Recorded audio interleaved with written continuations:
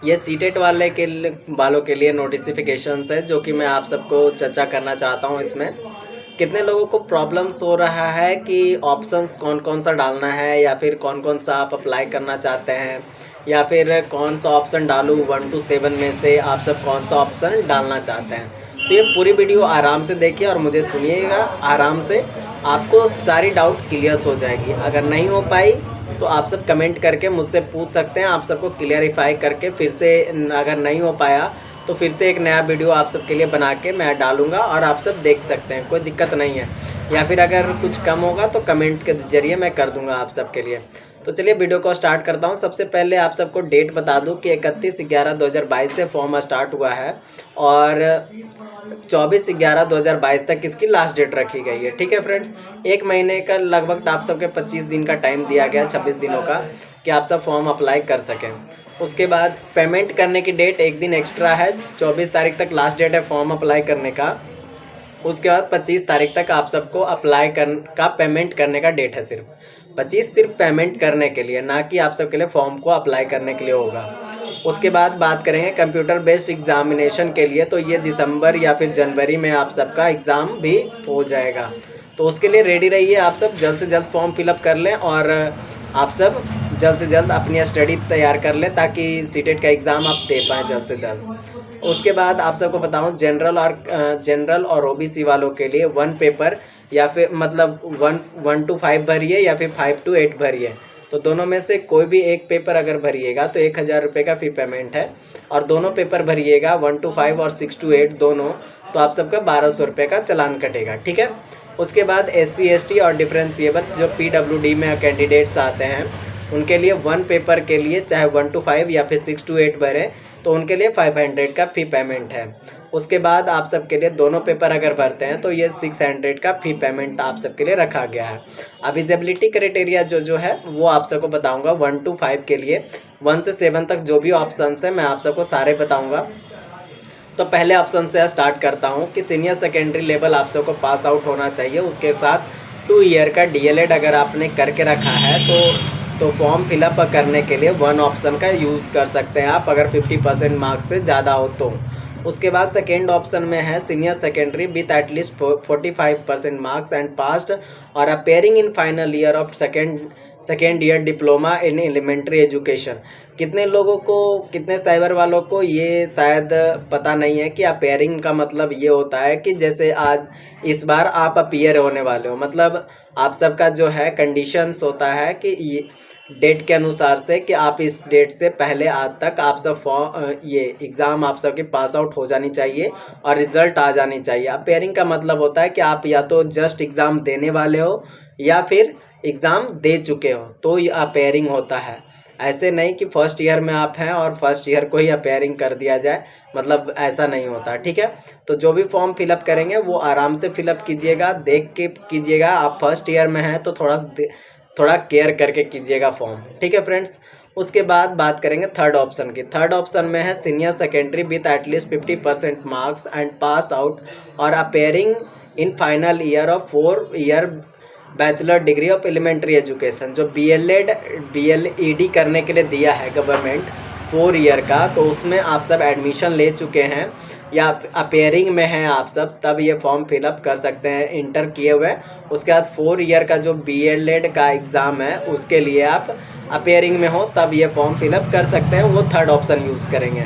उसके बाद fourth option के लिए जो आप सबको यूज़ करना है senior secondary with at least 50% marks and passed or appearing in final year of 2 year diploma in education. ठीक है, जिसके DED कहते हैं। तो DED में आप सबके लिए फोर्थ ऑप्शन यूज़ करना है। फिर उसके बाद फिफ्थ ऑप्शन जो है graduation with at least 50% marks and passed or appearing in final year of BEd, या फिर who has acquired the qualification or bachelor of education from NCTE required institute shall be considered as appointment as a teacher in class 1 to 5 provided the person so appointed as a teacher shall mandatory undergo a 6-month bridge course in elementary education। Means इसमें कह रहा है आप सब अगर BEd graduation के साथ BEd किए हुए हैं, फाइनल ईयर में हैं, और अगर ये नहीं है तो सेकेंड में एनसीटीई से आप सब पास आउट हैं, तो आप सबको 6 मंथ का आप सबको ट्रेनिंग दिया जाएगा, जो कि आप सब इग्नू या फिर एनओयू ये सब जो ओपन यूनिवर्सिटीज़ है उसके थ्रू आप सबको करवाया जाएगा ज्वाइनिंग करवाने के बाद। ठीक है, उसमें ये 5वां ऑप्शन होगा। छठे ऑप्शन में आप सब अगर पीजी किए हुए हैं 55% मार्क्स है और इक्विवेलेंट ग्रेड एज पास्ड और appearing in the final year of 3 year BEd या फिर एमएड। अगर बीएड या फिर एमएड कर चुके हैं आप पीजी के साथ में, अगर पीजी में आपका 55% मार्क्स है तो छठा ऑप्शन आप यूज़ कर सकते हैं। अब आते हैं 6 to 8 वाले में। 6 to 8 वाले में फर्स्ट ऑप्शन जो है वो आप सबके लिए ग्रेजुएशन और पास or appearing in final year 2 year DElEd जो कर रहे हैं या फिर कर चुके हैं, या फिर अपेयरिंग में जो है, अपेयरिंग का मतलब अभी आपको समझाया था कुछ देर पहले, तो वो आप सब समझ जाएंगे। अगर आप बढ़ा के वीडियो देख रहे हो तो पीछे बैक होके फिर से देख लीजिएगा, फिर से समझाऊंगा तो वीडियो ज़्यादा लंबी हो जाएगी। उसके बाद at least 50% marks either in graduation और पोस्ट ग्रेजुएशन पास्ड और अपेयरिंग। फिर बीएड जो किए हुए हैं पीजी या फिर ग्रेजुएशन पे, तो वो फॉर्म फिलअप कर सकते हैं सेकेंड ऑप्शन पे। ग्रेजुएशन भी थर्ड ऑप्शन जो है आप सबके लिए, graduation with 45% marks and pass or appearing in final year B Ed or acquiring with the NCTE recording norms and producer regular issue from time to time in this regards, वो third option use करेंगे। Senior secondary with at least 50% marks and passed or appearing in 4 year, मतलब 4 year का जो BEd का programme दिया गया है, graduation with BEd के लिए 4 ईयर जो किया गया है उसमें आप फाइनल ईयर में हो, तो ये फॉर्म आप सबके लिए फोर्थ ऑप्शन यूज़ कर सकते हैं सीनियर सेकेंडरी के बाद। इंटर के बाद अगर आप 4 ईयर का बीएड लेके रखे हो और लास्ट ईयर में हो, एग्ज़ाम देने वाले हो, तो ये फोर्थ ऑप्शन आप यूज़ कर सकते हैं। उसके बाद senior secondary with at least 50% marks and pass out appearing in final year 4 year BA BSc उसके साथ बीएड होना चाहिए, तो आप ये फिफ्थ ऑप्शन यूज़ कर सकते हैं। ग्रेजुएशन विथ एटलीस्ट 50% मार्क्स आप सबके पास होगा और बीएड इन स्पेशल एजुकेशन में है, तो आप सब छठा ऑप्शन यूज़ कर सकते हैं। अब 7वें ऑप्शन में बहुत लोगों का कहना था कि फर्स्ट ईयर वाले भी भर सकते हैं, तो ये आप सबको पढ़ के बता दूं। Any candidate having qualified BEd programme recognised by the NCTE eligible to appear in TET CTET moreover as per the exciting TET guidelines curriculum by NCTE letter dated 11/2/2011 के हिसाब से आप सब NCTE का अगर कोर्स करके रखें तो ये फॉर्म फिलअप करने के आप काबिल हैं। इसके बाद आप सबके लिए 6 मंथ का अलग से कोर्स करवाया जाएगा, उसमें आप सबको फिर से करवाया जाएगा। ऐसा नहीं है कि इसमें लिखा हुआ है कि फर्स्ट ईयर वाले भी फॉर्म फिलअप कर सकते हैं। ठीक है फ्रेंड्स, ये डाउट एकदम पूरी तरह से नहीं रखिए कि फर्स्ट ईयर वाला फॉर्म फिलअप कर सकते हैं।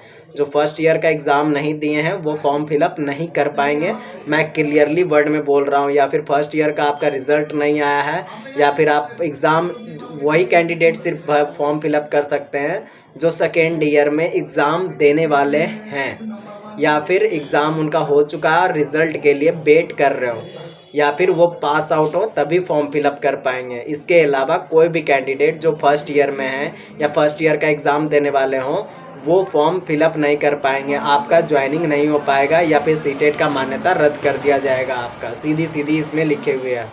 उसके बाद 8वां ऑप्शन जो है, पोस्ट ग्रेजुएशन विथ 55% मार्क्स और इक्योर्ड ग्रेड एज पास्ड और appearing in final year of 3 year integrated BEd MEd के साथ जो होता है वो 3 ईयर का होता है, तो उसमें आप सब अगर अपेयरिंग में हैं तो आप फॉर्म फिलअप कर सकते हैं। Thank you for watching my video. अगर वीडियो अच्छी लगी हो तो लाइक शेयर सब्सक्राइब जरूर कीजिएगा। अगर आप सबको चैनल में कुछ समझ में नहीं आया हो इस वीडियो में तो आप सब कमेंट करके ज़रूर पूछ सकते हैं मुझसे। Thank you for watching my video.